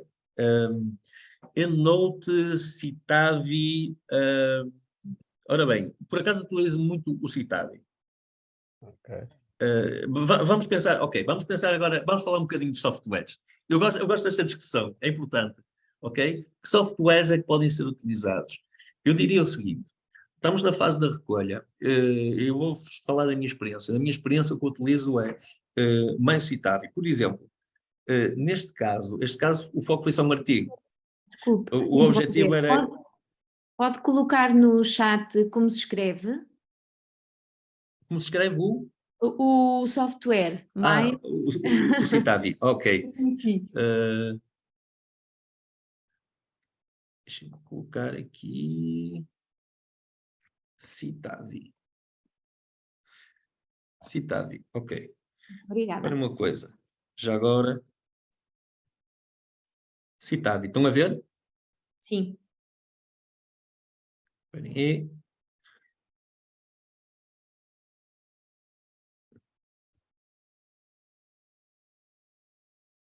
Ele é um bocadinho mais pesado até do que os outros, com o EndNote, mas depois Citavi. Eu estou a partilhar a folha de Excel, não é? Deixem-me só colocar. Ok, estão aqui a ver o Citavi? Sim. Pronto, este é o Citavi 6. O que é que o Citavi faz? Eu vou dar um exemplo que eu costumo fazer. Vou, por exemplo, à Scopus, ao Web of Science, exporto o BibTeX, por exemplo, o ficheiro BibTeX, venho aqui e importo, por exemplo, reparem uma coisa, eu aqui só estava a analisar 2 journals. Ou seja, aquele que eu estava a dizer, aquele estudo dos 109 artigos, agora adicionamos mais 44. Ou seja, pegamos das 2 maiores revistas que falam do tema capital intelectual. Ok? E de repente, não sei se estão a ver. Estão a ver aqui 109, 44? Sim, certo? sim. Ora bem, em primeiro, nós selecionamos os artigos que vamos utilizar. O que é que fazemos a seguir? Scopus, Web of Science, exportamos o ficheiro BibTeX, CSV, depois eu chego aqui, arquivo, já agora não custa nada, importar, importo o arquivo pode ser de outro gerenciador bibliográfico, e um arquivo de texto, um BibTeX, continuar, seleciono o tipo, até pode ser um EndNote, Mendeley. Faço continuar e faço importar o arquivo. E importo só o da Scopus. Está feito. E já sei qual é a minha amostra da Scopus, etc. A seguir, o que é que faço? Vamos supor, neste caso, vou importar do Web of Science. Importo do Web of Science e aparece-me logo, quero remover os duplicados? Sim. E eu sei logo qual é o número de duplicados. E ele remove-me os duplicados. E fica a minha amostra final. Ok? Eu gosto do Citavi neste aspecto. Deste aspecto de remoção de duplicados, etc. Não gosto tanto do Citavi no aspecto que é mais complicado, que é, por exemplo, o número de citações. Ou seja, depois quando queremos um output, o Citavi é engraçado, já agora, não fazia parte, mas eu acho que é importante também demonstrar. Não sei se estão todos de acordo. reparem uma coisa, eu tenho os vários artigos. Eu posso criar a tabela com os vários artigos, posso exportar para Excel, e posso, estão aqui, exportar para Excel, e posso, por exemplo, imprimir uma tabela com os artigos, ou posso, deixem cá ver, localizar textos com, desculpem lá, não é aqui, é importar com informações complementares. Estou aqui com a barra aqui à frente a tapar, deixa-me ver, ok. Se eu fizer esta importação, que dá muito jeito, conclusão, ele pega nos meus artigos e coloca-me os títulos, abstracts, keywords, se tiverem tudo, que dá muito jeito. Que dá muito jeito. Ou seja, o aluno de repente tem um documento onde na primeira fase, onde tem que analisar apenas títulos, abstracts, keywords, já tem tudo no mesmo documento. Ok? Eu gosto do Citavi neste aspecto. Não é muito complicado e faz de certa forma muitas das funções, por exemplo, no EndNote, numa lógica de citações, etc. Mas para revisões sistemáticas, eu não sei se alguém conhecia este software. Não? Não. Pode ajudar o Citavi. Por outro lado, quando estavam a falar de softwares, um software que eu vou dizer-vos, se este software é gratuito, não. Este software não é gratuito. Um software que eu diria, eu gosto de utilizar, mas não utilizo com a frequência com que gosto, é o EndNote. Ou seja, eu utilizo o EndNote nos estudos qualitativos. Ainda dei uma formação há pouco tempo na Notad, sobre o EndNote. E eu diria, o EndNote pode ajudar muito na categorização, por exemplo, uma lógica de revisão sistemática temática, ok? O EndNote pode ajudar muito nessa parte da codificação. Eu diria que, sim, numa revisão temática, utilizaria o EndNote. Ok? Eu não sei se também alguém utiliza. O EndNote, desculpem, O Mendeley. NVivo. Agora sim. Ok. NVivo. Sim, eu estava a ver, foi o NVivo que deu a formação. É isso, peço desculpa. Na minha Mas, cabeça estava José, uma já coisa agora, e estava a falar outra. já agora, se me permite perguntar, se dá o NVivo, também é possível fazê-lo com o MaxQDA? Nunca experimentei. Eu nunca experimentei porque, basicamente, estou habituado ao NVivo. Eu acredito que sim, eu vou lhe dizer ao Pedro, eu acredito que sim, porque o MaxQDA permite a codificação. Correto? Apesar de não estar muito ambientado, ok? Não estou... Nesse aspecto, atenção, eu estou a ver numa lógica de uma revisão sistemática, numa lógica temática. Sim. Certo? Quando digo temática, teorias, etc., ok. Se conseguirmos codificar, tudo bem, estamos aí a ganhar, estamos a ter a ajuda de uma ferramenta informática que pode auxiliar bastante, eu diria que sim. Não é? Nesse aspecto, eu diria, se me perguntasse quais as principais ferramentas para uma revisão sistemática, mas uma revisão sistemática mais crítica, eu diria Citavi, quem diz Citavi, o EndNote, mas pronto, eu estou familiarizado com o Citavi. E depois, para aquela parte mais de codificação, temas, eu diria assim, o NVivo. Porque com o NVivo, o Maxata potencialmente pode dar. Temos o acesso logo direto àquelas frases-chave, certo? Que dizem, ok, este artigo foca-se neste tema. E nós conseguimos diretamente, através da ferramenta, chegar lá. Aí, eu diria que sim. E tanto diria, Pedro, já agora deixem-me partilhar uma coisa. Isto, acerca das ferramentas, eu tenho aqui um artigo, ok, é sobre o meu tema, capital intelectual, eu penso que é este. Deixem cá ver. Penso que é este.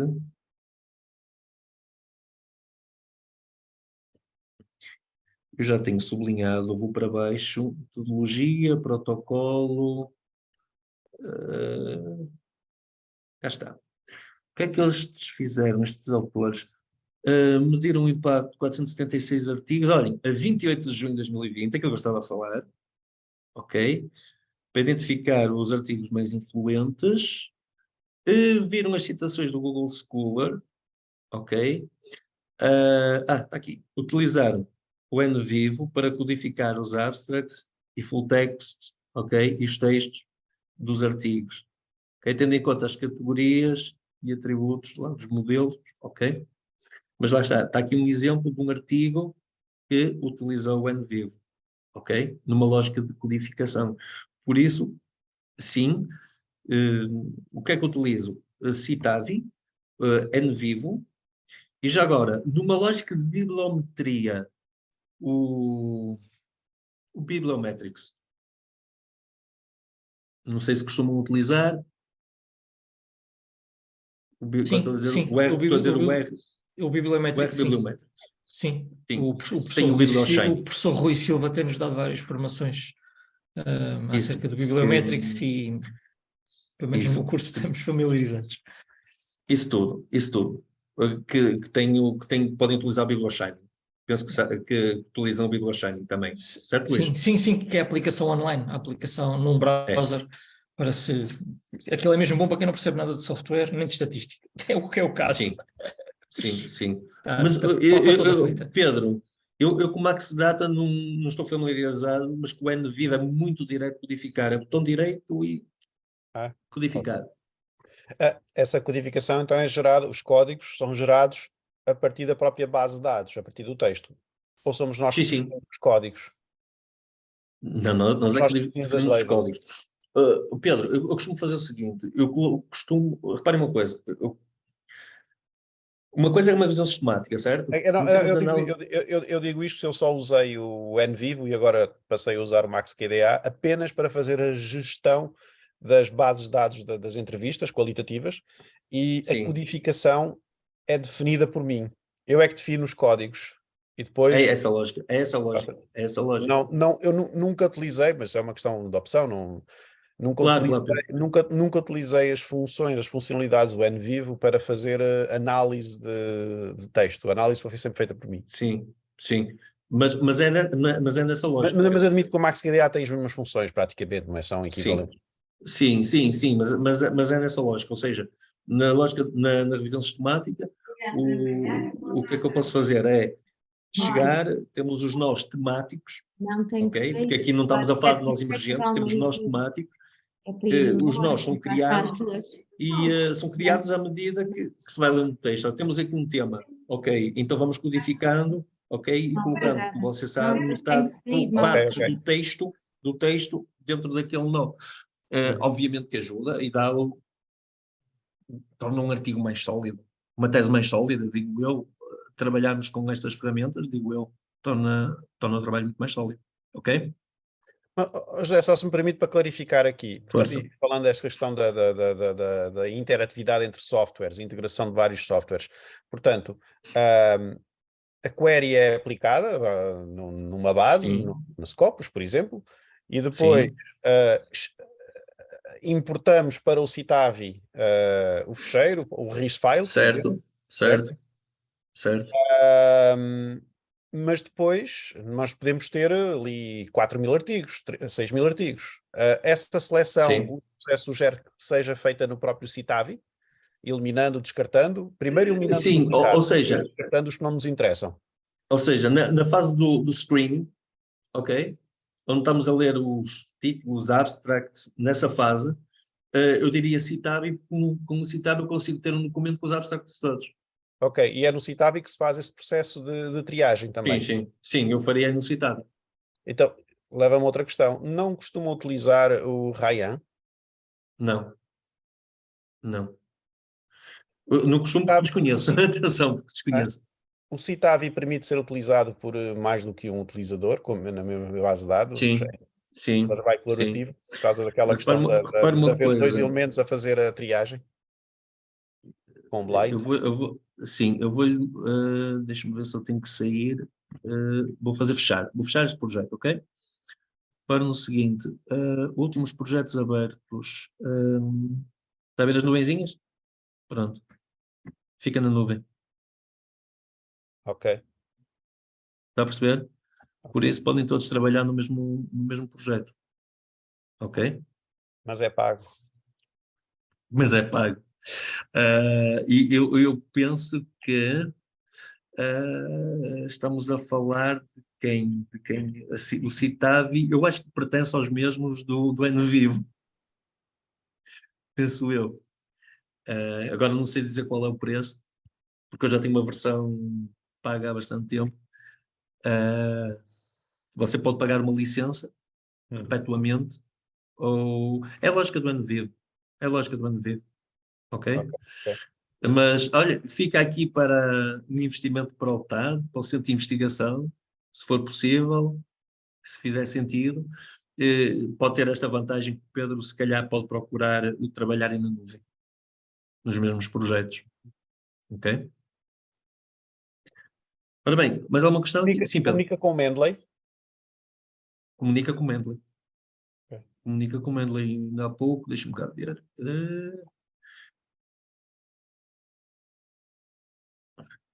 Quando eu estava a colocar, importar, deixa-me cá ver, na importação, Bibtex, etc. Eu fiz continuar, Mendeley via Bibtex, ok? Ou seja, podem interligar com o Mendeley. Eu acho que agora os softwares acabam por interligar-se todos uns com os outros. Este tipo de softwares de referência, ok? Pronto, fica aqui então o Citavi e pronto, e costumo utilizar a minha experiência em termos de utilização, levam para o NVivo também, ok? Mas como o Pedro diz, os outros softwares acabam por poder fazer a mesma coisa porque está em causa é codificar, ok? Ora bem, continuando neste bocadinho, que eu não sei se já estou a ultrapassar as horas, mas se ultrapassar também não há problema, pois não? Não. Ok, pronto. Continuando, eu nem vou focar muito no Prisma. Como estruturar o trabalho? Ora bem, como estruturar um estudo? Quando nós falamos de uma revisão sistemática, basicamente temos uma introdução normal, o que é descrito. Obviamente deve-se ter muita atenção à clarificação das questões de investigação.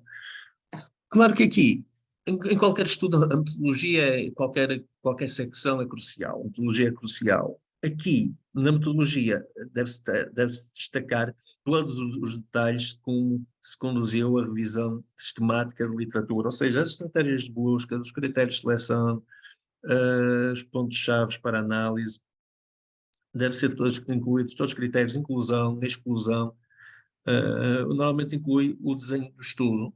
Depois temos os resultados, a discussão.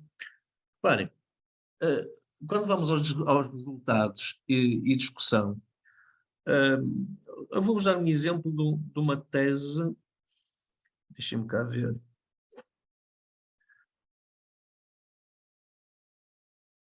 Uma tese de mestrado, neste caso, que já foi publicada, uma revisão sistemática, publicada numa revista com fator de impacto, e qual foi a estrutura que esta aluna seguiu?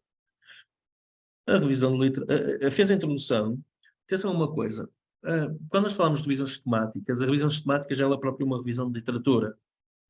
Por isso não há necessidade de ter uma revisão de literatura. A questão daqui de ter um capítulo para a revisão de literatura foi colocar algo mais genérico. Uma aluna estava a fazer uma tese de mestrado, nós pensámos, ok, vamos colocar aqui um corpo teórico mais generalizado, que depois o resto da revisão é focada no tema. Depois aqui a metodologia, tal como eu estava a falar, e já agora, esta tese era uma revisão sistemática sobre contabilidade e controle de gestão, os principais temas de contabilidade e controle de gestão, e reparem no seguinte, eu vou voltar um pouco atrás, vou à introdução, ok? Questões de investigação muito claras, quais os principais temas abordados nos estudos sobre contabilidade e controle de gestão em universidades, instituições de ensino superior, quais os principais resultados dos estudos sobre contabilidade e controle de gestão em instituições de ensino superior. Quais as principais teorias abordadas? Ora bem, dentro desta lógica, e voltando um bocadinho à estrutura de um trabalho, nós tentamos seguir uma lógica de um artigo, onde temos a metodologia, a seguir os resultados, finalmente discussões e conclusões, onde nos resultados basicamente respondíamos a cada uma das questões de investigação. Nós criamos aqui, foi um capítulo 4, análise complementar dos dados, por um motivo. A questão da análise complementar dos dados, porque é que chamamos de análise complementar dos dados? Basicamente, aquela parte é a parte bibliométrica. Ou seja, o objetivo da revisão sistemática era responder às questões. Quais os principais temas, quais os principais resultados, quais as principais teorias, que depois eram discutidos e incluímos pistas para futura investigação. A questão era, mas era necessário incluirmos componentes bibliométricos? Ora bem, mas nós não estávamos a fazer uma bibliometria, no sentido de que tipo de revisão sistemática de literatura estamos a fazer? É uma bibliometria? Não. Okay?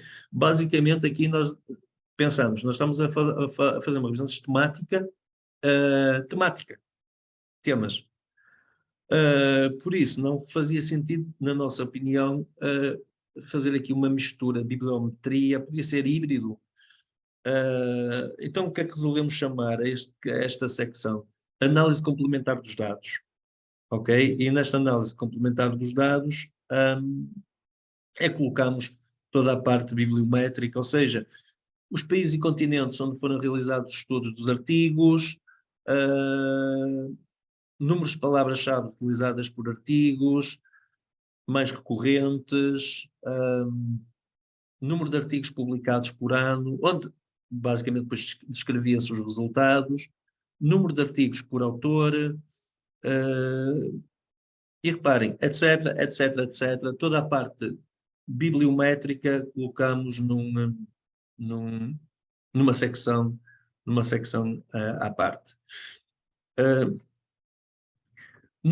Já agora, numa outra tese, também essa de mestrado, a tese que eu há pouco estava a falar, ok?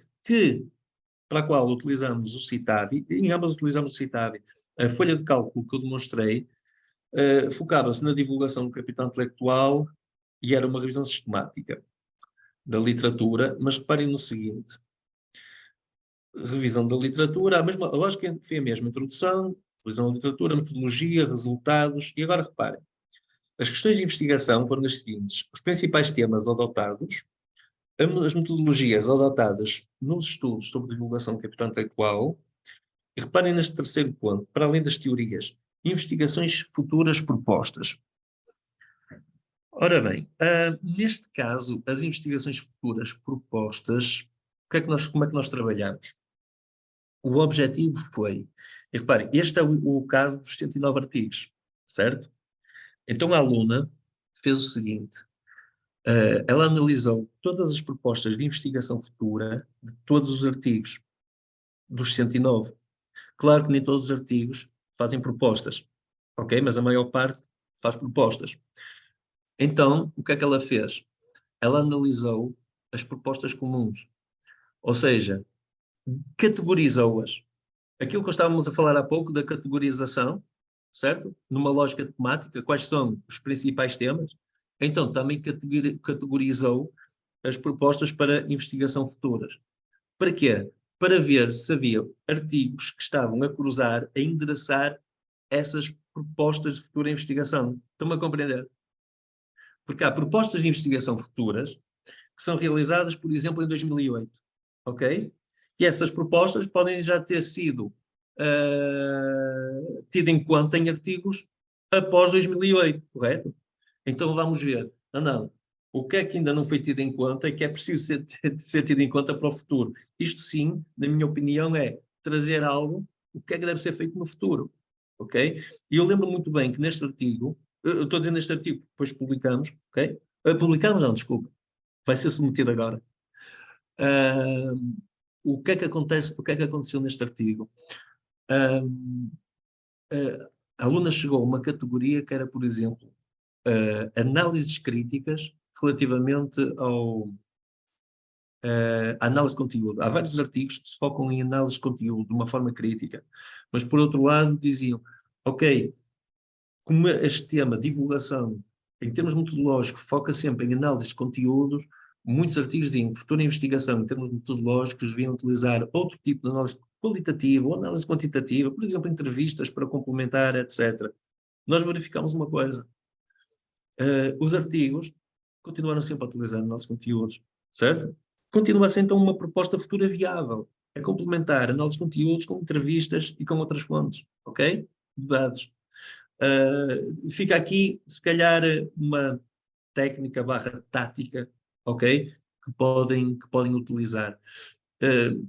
Neste caso, este caso é um caso um pouco sui generis, porque a aluna focou-se apenas numa revista, ok? Então nós tivemos que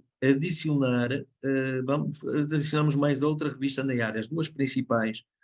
E neste caso, o que é que nós fizemos? Como estamos a tratar de temas, reparem, quem já tem alguma experiência em realizar revistas sistemáticas sabe que perde-se muito espaço, entre aspas, num artigo, por exemplo, com tabelas, etc. Uma coisa é uma dissertação, podemos enviar tabelas para anexo, para apêndice, etc. Ok? Outra coisa é que nós estamos a falar de um artigo. Então, o que é que nós fizemos neste artigo? Muito rapidamente, por exemplo, criou-se uma tabela, deixem-me cá ver se eu tenho aqui.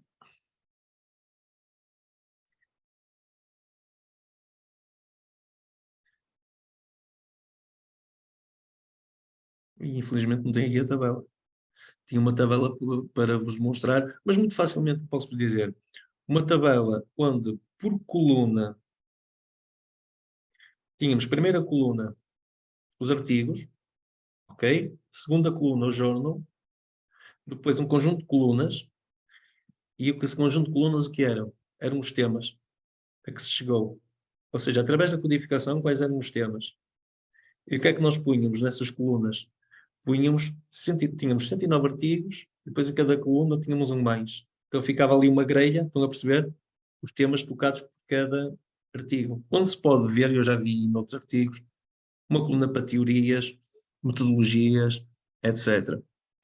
Ora bem, e numa fase agora para concluir, voltando um bocadinho atrás, eu estava aqui a falar de como estruturar o artigo, ok?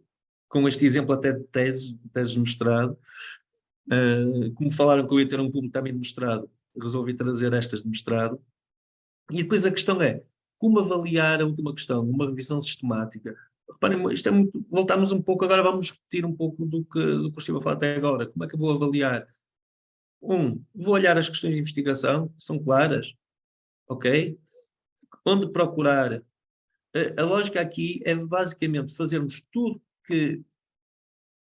os passos que uma revisão sistemática devem ter e que eu já foquei, mas neste sentido, se eu estiver a avaliar, é voltar a replicar todos os passos, ok? E quando estou a dizer a avaliar, eu como, por exemplo, revisor, ok? Eu vou deixar este bocadinho para eventuais questões, deixem-me só interromper. Iria parar aqui, porque os últimos slides que eu tenho era só o como avaliar, e o avaliar é voltar novamente aos passos, ok? E deixaria este bocado, esta ponta final para alguma questão, alguma discussão. Questões? Nada. Ora bem, espero que então que seja importante para o futuro, ok? Já agora, para quem esteja já a fazer um doutoramento, ainda esteja na parte letiva, em primeiro lugar, desejar felicidades a todos. Para quem esteja no doutoramento na parte letiva, pronto, já estão a ver a vantagem de se realizar uma revisão sistemática da literatura, não é? Algo que eu diria entrou na moda, de alguns anos para cá, ou seja, aqui há alguns anos eu não me lembro dos alunos estarem a fazer revisões sistemáticas, mas agora sim, e faz todo sentido, em doutoramentos feitos por artigos, fazerem revisões sistemáticas como primeiro artigo de uma tese. Eu diria o seguinte também para alunos de mestrado. Um aluno de mestrado, na minha opinião, e tenho vários alunos que fazem revisão sistemática, um aluno de mestrado pode fazer uma revisão sistemática como tese, como dissertação, ok? É tão válida como qualquer outra, ok? Por isso fica aqui também uma palavra para quem quiser fazer uma revisão sistemática no âmbito da sua dissertação. E espero que desta formação, deste seminário, tenham ganho algum extra, algum conhecimento extra. E eu gosto também desta discussão, quando há alguma discussão. Eu também, reparem uma coisa, isto funciona das duas vias. Estamos todos a aprender aqui, não é?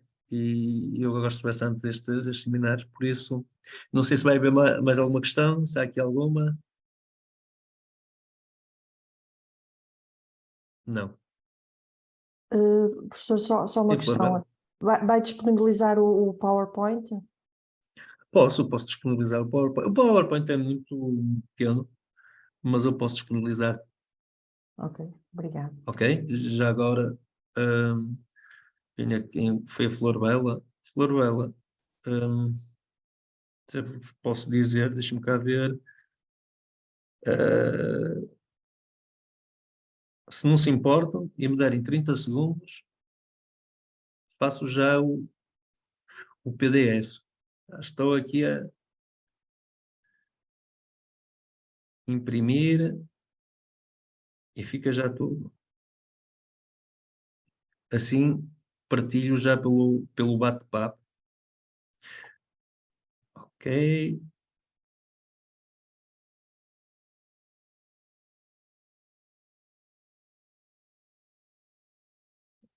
Ok.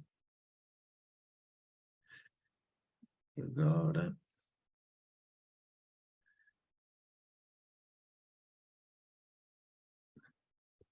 Vou enviar para o bate-papo.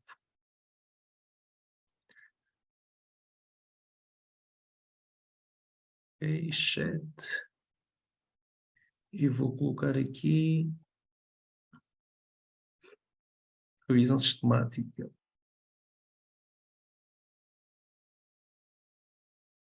Não apareceu. Ainda não. Podem-me só confirmar? Ainda não. Já está, já está. Já está. Tá? Ok. Aí aparecem alguns links, etc. Pronto. Pode auxiliar.